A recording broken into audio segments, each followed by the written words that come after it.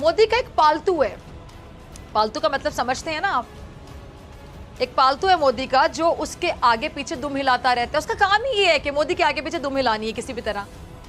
और ये मोदी जिस पर कहते हैं वो पालतू उस पर भौंकना शुरू कर देता है। और भौंकना बनता भी है, क्योंकि जब उसे हड्डी डाली जाएगी पालतू को नरेंद्र मोदी की जानिब से, तो फिर वो तो जितना भौंकना चाहेगा उससे शायद ज्यादा ही भौंक देगा। और जो हड्डी है उसका हक अपने चैनल रिपब्लिक पर बैठकर पाकिस्तान के खिलाफ नफरत अंगेज जुबान का इस्तेमाल करके वो पालतू अदा करता है। समझ गए होगा किसकी बात। नमस्कार दोस्तों, मैं दिनेश चौधरी और आपका स्वागत है ओकापी व्लॉग्स चैनल में। मोदी के उस पालतू को दुनिया अर्नाब गोस्वामी के नाम से जानती है। उसकी रिसर्च आपको पता है क्या होती है? उसकी रिसर्च पाकिस्तान मुखालिफत से शुरू होकर पाकिस्तान से नफरत पर खत्म हो जाती है। देखिए चेहरे से ये भी एक इंतहाई साइको नफ्सियाती इंसान लगता है, नरेंद्र मोदी की तरह। अर्नब गोस्वामी आप समझ लें, ये जिसकी आप तस्वीरें भी देख सकते हैं। अर्नब गोस्वामी एक ऐसा रट्टू तोता है जिसको एक सबक बाकायदा रटवाया जाता है और फिर ये वही सबक बोलना शुरू कर देता है, बल्कि भौंकना शुरू कर देता है। भौंकता है बिल्कुल चाबी वाले खिलौने की तरह। मुझे बल्कि ये लगता है कि ये मोदी की सोहबत में रहकर मोदी जैसा बाकायदा जहनी बीमार हो चुका है। आधा नफ्सियाती तो पहले ही था और अब इसका भी वो वक्त दूर नहीं जब ये भी मेंटल असाइलम में भर्ती हो जाएगा।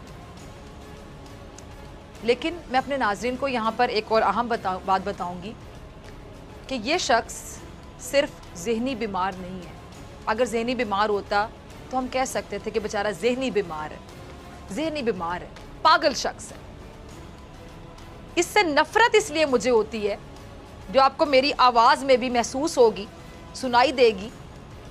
एक तो इसलिए कि ये मेरे वतन के खिलाफ बोलता है, झूठी बातें करता है, भौंकता है, साजिशें करता है, बकवास करता है।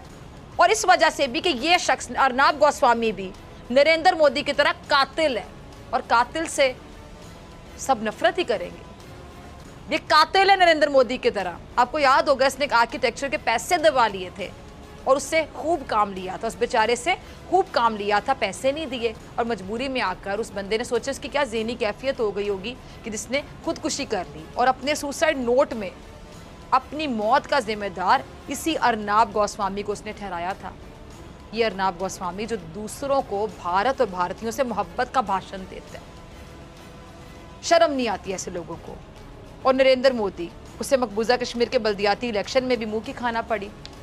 यानी हर जगह जिल्लत तो ख्वारी ही इसका मुकद्दर बन चुकी है नरेंद्र मोदी का। हर जगह जलील होता है, हर जगह ख्वार होता है। अर्नब गोस्वामी ये होता है पाकिस्तानियों का ज़र्फ। पता चला तुम्हें? लेकिन तुम्हें क्या पता हो कि ज़र्फ किस चीज़ का नाम है? तुम्हारे जैसा कम ज़र्फ बंदा तो कोई दुनिया में होगा ही नहीं। घटिया इंसान, तुम एक गिरे हुए इंसान हो, गिरे हुए शख्स हो, घटिया शख्स हो।